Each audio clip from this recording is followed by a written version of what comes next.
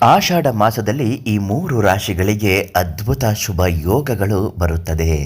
ಮುಟ್ಟಿದ್ದೆಲ್ಲ ಚಿನ್ನ ಗಜಕೇಸರಿ ಯೋಗದಿಂದ ನೀವು ಅಂದುಕೊಂಡ ಯಶಸ್ವಿ ಕೆಲಸಗಳು ಸಂಪೂರ್ಣವಾಗಿ ನಿಮ್ಮದಾಗುತ್ತದೆ. ಆ ರಾಶಿಗಳು ಸಿಂಹರಾಶಿ, ತುಲಾರಾಶಿ, ಕಟಕ ರಾಶಿ.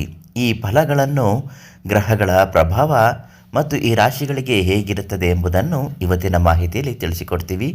ಅದೃಷ್ಟಧಾರೆ ಫೇಸ್ಬುಕ್ ಪೇಜನ್ನು ನೀವಿನ್ನೂ ಫಾಲೋ ಮಾಡ್ತಿಲ್ಲ ಅಂದರೆ ಮೊದಲು ನಮ್ಮ ಪೇಜನ್ನು ಫಾಲೋ ಮಾಡಿ. ನಿಮ್ಮ ಜೀವನದ ಯಾವುದೇ ಸಮಸ್ಯೆಗಳಿದ್ದರೂ ಶೀಘ್ರ ಮತ್ತು ಶಾಶ್ವತವಾಗಿ ಪರಿಹಾರ ಆಗಬೇಕು ಅಂದರೆ ಈ ತಕ್ಷಣ ನೀವು ಪಂಡಿತರು ಶ್ರೀನಿವಾಸರಾವ್ ಗುರುಗಳಿಗೆ ಒಂದು ಕರೆ ಮಾಡಿ ನಿಮ್ಮ ಜನ್ಮ ಜಾತಕದ ಮುಂದಿನ ಭವಿಷ್ಯವನ್ನು ತಿಳಿಸಿಕೊಡುತ್ತಾರೆ.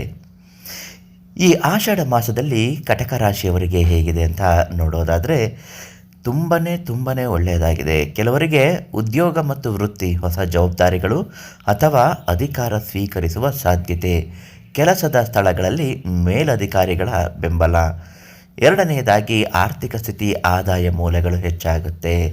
ಆದರೆ ಸೂರ್ಯನ ಪ್ರಭಾವದಿಂದ ಕೋಪ ಅಥವಾ ಆತುರ ನಿರ್ಧಾರಗಳಿಂದ ವ್ಯರ್ಥ ಖರ್ಚುಗಳು ಬರಬಹುದು. ಆರೋಗ್ಯದ ಸಮಸ್ಯೆಗಳು ಕೂಡ, ಈ ಶರೀರದಲ್ಲಿ ಉಷ್ಣತೆ, ತಲೆನೋವು ಅಥವಾ ಆಯಾಸ ಕಂಡು ಬರುವುದು. ಆಹಾರ ಪದ್ಧತಿಯಲ್ಲಿ ಜಾಗರೂಕತೆ ಅಗತ್ಯವಾಗಿರಬೇಕು. ದಿನನಿತ್ಯ ಸೂರ್ಯ ನಮಸ್ಕಾರ ಮಾಡುವುದು ಮತ್ತು ಆಷಾಢ ಶುಕ್ರವಾರದಂದು ಲಕ್ಷ್ಮೀ ದೇವಿಯ ಆರಾಧನೆ ಒಳ್ಳೆಯದು. ಸಿಂಹ ರಾಶಿಯವರಿಗೆ ವೃತ್ತಿ ಮತ್ತು ಉದ್ಯೋಗದಲ್ಲಿ ಹೇಗಿದೆ ಅಂತ ನೋಡೋದಾದರೆ ಕೆಲಸದ ಒತ್ತಡ ಹೆಚ್ಚಾಗಬಹುದು. ಪ್ರಯಾಣದ ಯೋಗವಿದೆ. ದೂರದ ಊರಿನಿಂದ ಅಥವಾ ವಿದೇಶದ ಸಂಪರ್ಕಗಳಿಂದ ಲಾಭವಾಗಬಹುದು.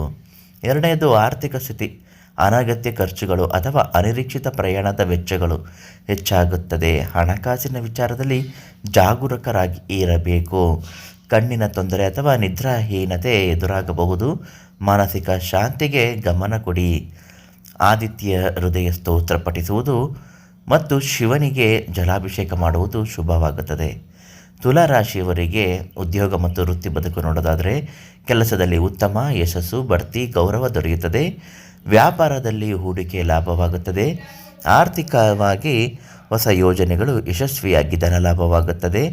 ಆರ್ಥಿಕ ಪ್ರಗತಿ ಮೊದಲಿಗಿಂತ ಸುಧಾರಿಸುತ್ತದೆ. ಕುಟುಂಬ ಮತ್ತು ಸಂಬಂಧದಲ್ಲಿ ಸಂತೋಷದ ವಾತಾವರಣ ಇರುತ್ತದೆ ಮತ್ತು ಹಿರಿಯರ ಬೆಂಬಲ ಮತ್ತು ಆಶೀರ್ವಾದ ಸಿಗುತ್ತದೆ. ದುರ್ಗಾದೇವಿ ಆರಾಧನೆ ಮತ್ತು ಆಷಾಢದ ದಿನಗಳಲ್ಲಿ ಬಡವರಿಗೆ ಅನ್ನದಾನ ಮಾಡುವುದು ಶ್ರೇಯಸ್ಕರ. ಜ್ಯೋತಿಷ್ಯ ಮತ್ತು ಇನ್ಯಾವುದೇ ರೀತಿಯಾದಂತಹ ಸಮಸ್ಯೆಗಳ ಪರಿಹಾರ ಆಗಬೇಕು, ಬೇರೆ ಯಾವುದೇ ರಾಶಿಗಳ ಮುಂದಿನ ಭವಿಷ್ಯವನ್ನು ತಿಳಿದುಕೊಳ್ಳಬೇಕು, ಕಷ್ಟಗಳನ್ನು ನಿವಾರಣೆ ಮಾಡಿಕೊಳ್ಳಬೇಕು ಅಂದರೆ ಶ್ರೀನಿವಾಸರಾವ್ ಗುರುಗಳಿಗೆ ಕರೆ ಮಾಡಿ ತುಂಬ ಚೆನ್ನಾಗಿ ಪರಿಹಾರವನ್ನು ಹೇಳುತ್ತಾರೆ.